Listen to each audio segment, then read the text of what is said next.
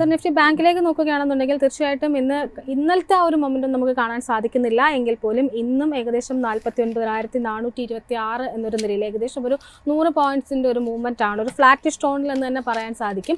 പക്ഷേ advance decline ratio പരിശോധിക്കുമ്പോഴേക്കും ഭൂരിഭാഗം ഓഹരികളിലും ഒരു പോസിറ്റീവ് ടോൺ ആണ്. അതായത് 12 ഓഹരികളിൽ നിലവിൽ 12 ഓഹരികളും പോസിറ്റീവ്, ഒരു ഓഹരി പോലും ഒരു നെഗറ്റീവ് ടോണിലേക്ക് ഇന്നിപ്പോൾ നിഫ്റ്റി ബാങ്കിൽ ട്രേഡ് ചെയ്യുന്നില്ല. നിഫ്റ്റി ബാങ്കിലുള്ള ഈ ഒരു മൂവ്മെന്റിന്റെ സംബന്ധിച്ചിട്ടുള്ള താങ്കളുടെ ഒരു വ്യൂ എന്താണ്? തീർച്ചയായും ഞാൻ ബാങ്ക് നിഫ്റ്റിയെ സംബന്ധിച്ചിടത്തോളം ഇന്നത്തെ ഒരു ട്രേഡിൽ പോസിറ്റീവാണ്. കഴിഞ്ഞ ദിവസങ്ങളിൽ വന്ന വലിയൊരു മൂവ്മെന്റ്സിന്റെ ശേഷമുള്ള ഒരു ചെറിയ റെസ്റ്റിംഗ് പോയിന്റ് ആയിട്ട് നമ്മൾ ഫസ്റ്റ് ഹാഫ് കണ്ടാൽ മതി.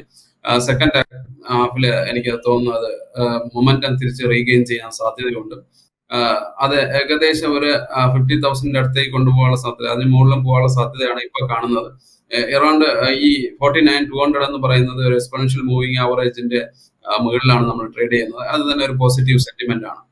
തീർച്ചയായിട്ടും ഒരു ചെറിയൊരു സൈഡ് മൂവ്മെന്റ്സ് വന്നാൽ പോലും എനിക്ക് തോന്നുന്ന ഒരു സെക്കൻഡ് ഹാഫ് അല്ലെങ്കിൽ ട്രേഡ് പുരോഗമിക്കുന്നതോടുകൂടി നമ്മുടെ ബാങ്ക്സ് സപ്പോർട്ട് ചെയ്യാനുള്ള സാധ്യതയുണ്ട്. അതായിരിക്കും ഇന്നത്തെ നിഫ്റ്റിയെ ഡ്രൈവ് ചെയ്യുന്നതെന്നാണ് ഞാൻ മനസ്സിലാക്കുന്നത്.